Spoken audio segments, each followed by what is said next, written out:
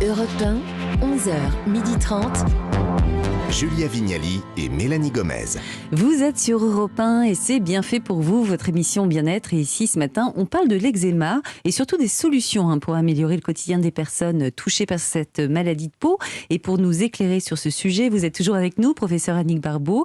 Alors, je rappelle que vous êtes chef du service dermatologie et allergologie de l'hôpital Tenon et membre de la Société française de dermatologie.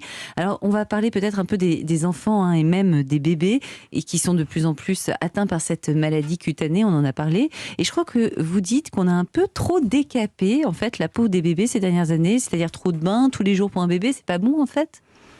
Non, la peau a besoin d'être un petit peu préservée et mettre des savons sur la petite couche un peu grasse qu'on a à la surface de la peau, c'est pas très bon parce que cette petite couche grasse, elle nous sert à protéger justement la peau pour que l'eau qui est à l'intérieur de la peau s'évapore pas. Donc en fait, les douches, c'est pas mal du tout. Pour les bébés Pour les bébés.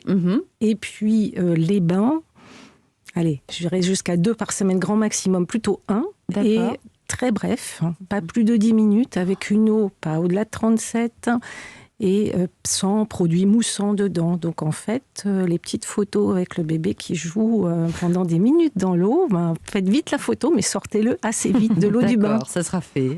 Et pareil, le séchage, je crois, de ces bébés est très important. Comment on s'y prend? Quelles sont les précautions à prendre?